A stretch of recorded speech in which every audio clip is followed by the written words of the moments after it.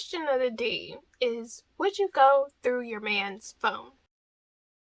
I am in maybe like 3 or 4 communities on Twitter. And if you guys don't know, you can get in little groups or communities on Twitter.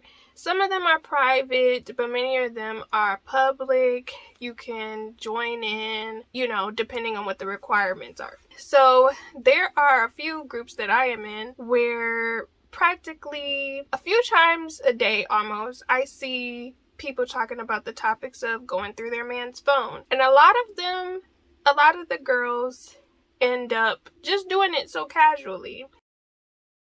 And I kind of wanted to talk about that because I just find it very interesting that it's normalized. Now, I'm not saying that it should be normalized, like it shouldn't be normalized to protect men in any way. But what I am saying is that if you don't trust them, why are you with them? And I know, it's just so baffling to me because there was this one particular story that this girl was basically saying she checked her man's phone every single day or every other day. And to me, I'm like, but why though? Like, if you don't really trust them and you feel the need to check, what are you trying to find? You know what I'm saying? It's like you are really trying to find something. It's very interesting, but it made me realize that a lot of people do not trust the person that they're with, which, it could be a variety of reasons why people don't trust people, whether they have other past bad experiences with trusting significant others, shoot, even with having bad past experience with family members, because a lot of times the way in which we date, the reasons why we date the way that we date or process our emotions the way that we do is because of our own relationships with our parents or siblings or whoever was in our environment when we were younger. To me, it's very sad to some degree because I'm not going to say that. So me personally, I'm in my 30s, right? I've never actually been in a situation where I personally wanted to go through someone's phone, mainly because I saw signs previously where I'm like, I don't even have to look through your phone. I know you're out here being a whore.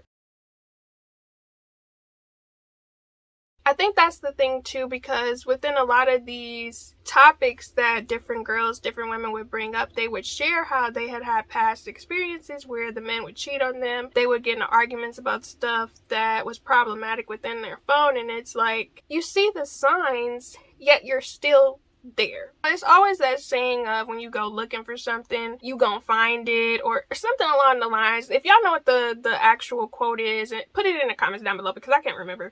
But it's just something to be said about having to go through all of that. Now, I will say I have been in 2 situations specifically where the person I was dating had trust issues. Now, it had absolutely nothing to do with me. It had to do with their past experiences with family, friends, past people they dated where they got cheated on, even religion. Like, I've dated people who went through different things which caused them to have trust issues. And I'm gonna tell you right now, it is the most unfortunately draining experience to be with somebody who does not trust you, because I was not doing anything. However, in those situations, it's like you can't really prove yourself, to be honest, when somebody does not trust you. Don't get me wrong, there's one thing to have actual insecurities, and then there's another thing to be talking to somebody that is obviously messing around on you, doing stuff they aren't supposed to be doing. But it is a very draining experience for both people. I feel that if you don't trust somebody, and if this is like a constant routine for you, yes, you should get into why you feel that way. If you have had past issues where people did something that was disrespectful, untrustworthy, things where they did something that they should not have been doing, makes complete sense. But if you're talking to somebody that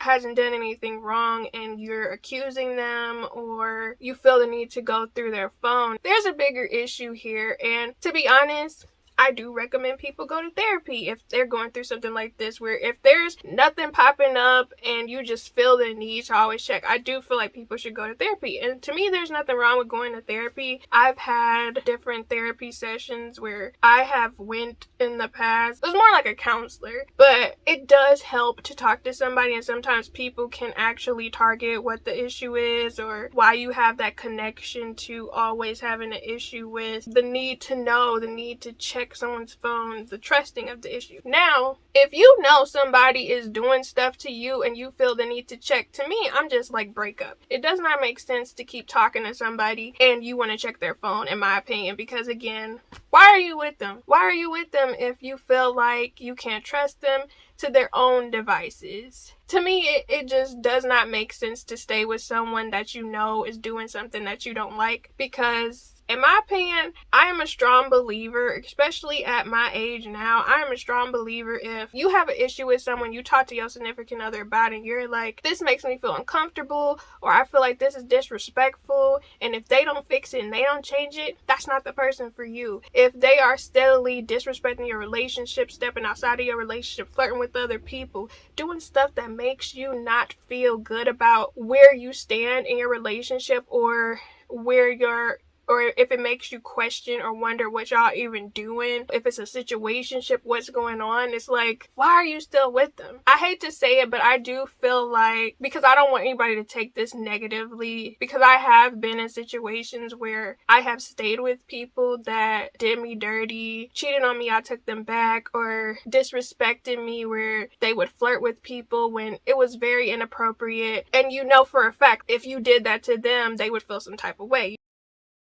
And I do not recommend the whole revenge thing. I feel like that's a waste of time. It's just easier to dump people and let them go. However, I will say, when I was in situations when I felt like the person did not really care about my feelings, they were stepping out doing all these things they shouldn't have been doing, I feel like I was in a lonely spot. And I think that a lot of people are in these lonely spaces of life where they feel like if they let go of this person who they don't trust, they feel like they need to check their phone, is doing something they shouldn't be doing, but they still want to have some sort of grasp onto them because they don't want to let them go, because they don't want to be alone, or they want that to be their person. Girl, you deserve better than that. You deserve better than the treatment you are getting, than you're feeling all the time, this worry, this wonder. Are they stepping out on me? Are they cheating on me? I'm having all these bad dreams about them doing it again. I'm always wondering if they're going to cheat on me again. It's like, that's not the person for you, because the person for you would not put you in a situation like that. And also, in the same breath, in my opinion, the person for you is not going to always accuse you of cheating, especially if there are not any signs. It's one thing if there are signs, because that's a completely different story. But if there aren't any signs, why are you checking the phone? Why do you feel so much that you need to see what's in their phone? Because, again, aren't you drained?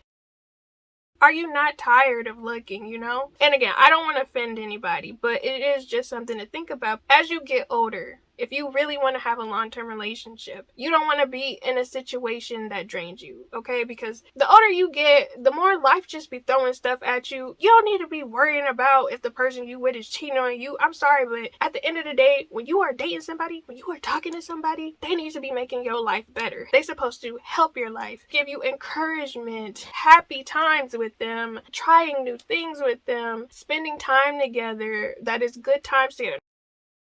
Now, don't get me wrong, not all the times will be great times, but for the most part, they're supposed to be bringing some positivity to your life, not making you feel miserable. And if you don't trust them, you're going to feel miserable. You're going to feel some sort of neglect. You're going to feel lost. You're going to feel like, what's going on? What is happening? Girl, you deserve better. Or if you're constantly accusing somebody of something and there are no signs, there's nothing happening, it's okay to, potentially go get therapy and to figure out, why is it that I have these tendencies of accusing this person when they have did nothing wrong, or try to unpack that so that you can have a healthy relationship with your significant other, or even try to communicate your concerns based off of past experiences, because sometimes another issue is that people just don't be communicating how they feel, or they don't really break down the fact that, I'm sorry that I keep doing this, even though there are no signs, but I've had past experiences where, this and this happened, and I'm so sorry that I'm doing this. And sometimes people will understand. And I know that's what I did in the situations I was in, but again,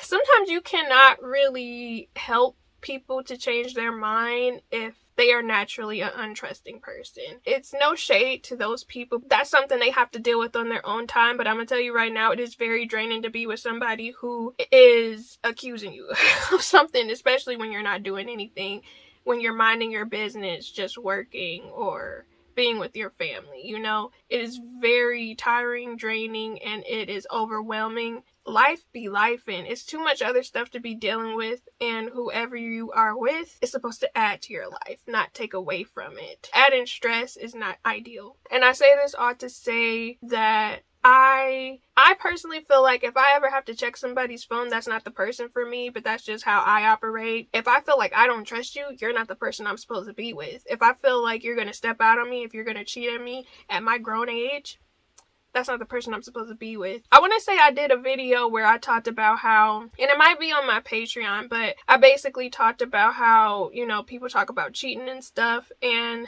when I was younger, teenager, early 20s, a lot of times I did give people the benefit of the doubt when I was younger, just because, and call me naive, but people would be going through stuff within life or whatever, or trying to figure out who they are, what they wanted. So people did, not everybody, but some people did cheat on me. Some of the times I did take people back, some of the times I didn't. It just really depended on the situation. I had the understanding that everybody's learning themselves, trying to figure things out. Now, I feel like once you hit 25, 26, you should not really be cheating, in my opinion. I feel like you shouldn't be cheating at all, but it's just the fact that when you 25, 26, I feel like you more set in your ways. You know morality, for real, for real. Obviously, you should know morality already, but I'm just saying, when you're 25, 26 plus, I'm like, you should know morality already. So if you gonna cheat, you trash. You know what I'm saying? That's just me.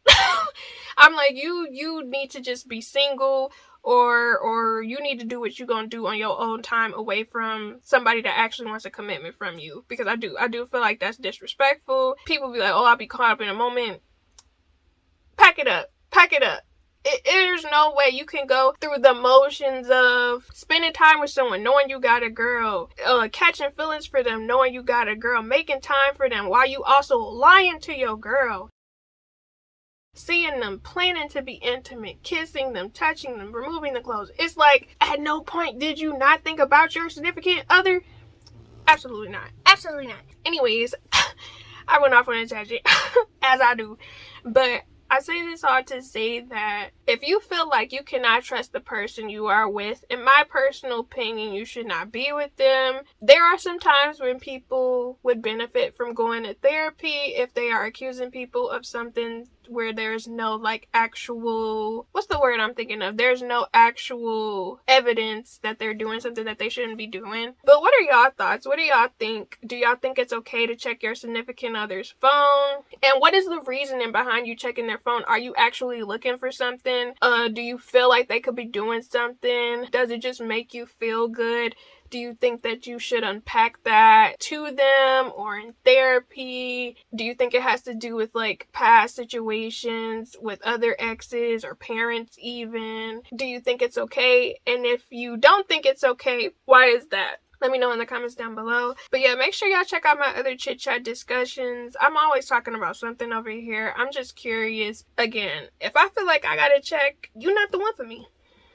You are not the one for me. And if there are signs that you're doing something you're not supposed to be doing, you clearly are not the one for me, because you out here. You for the streets. You a whore. And it is what it is. But yeah, stay blessed.